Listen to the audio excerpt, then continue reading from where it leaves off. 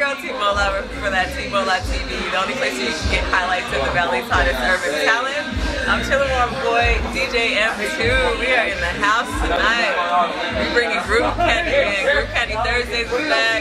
DJ M2 is out here doing his thing. What's up? What's up? What up?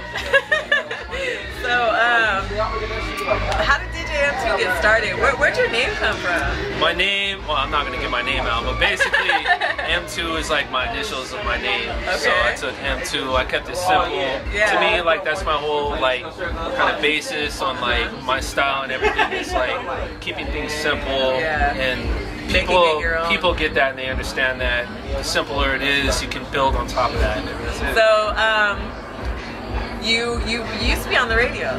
I was on the radio at Power 92, and then it turned to Power 98.3 for 13 years. Wow. Longest running mix show DJ in Phoenix. Nice. Yeah. Nice. So, what was that like?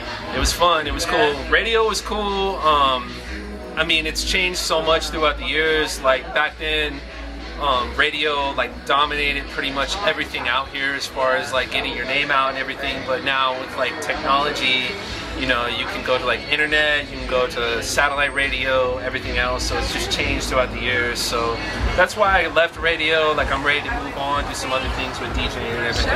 Yeah. So you're doing Group Candy Thursdays now. Group Candy, yeah, that's another thing too. Me and my partner Carly Hustle, we started this night it's been about 8.5 years now. Wow. And we started because we wanted to do a night that played like good music out here in Phoenix, or like the Phoenix area, I guess, that like was like stuff you wouldn't hear like at normal places or anything, like the regular club stuff or anything. We wanted to play like good hip hop, good soul, neo soul, like old school stuff too as well, and like things you couldn't get out here. So it was like an outlet for people to come to and like kind of like just push to keep that alive throughout the years and everything. Yeah, those memories, man. When we hear that old school music, you're like, man.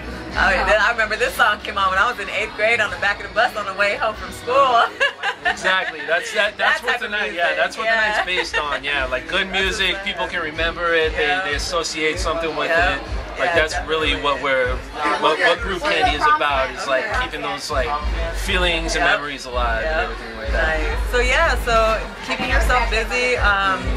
Is there anything else you want to let people know about M2 and like what makes you who you are? What makes people like to see you perform and do your thing? Like in general, like when I DJ or when I started DJing, like to me it's always been about like studying where it came from, what can I do with it, and who was there before me. Like I always try to like, you know, I don't want to reinvent the wheel as a DJ or anything like that. I always try to like learn from like the people who were before me, and I study hard like the old school music and what's coming up, what's happening now and everything like that.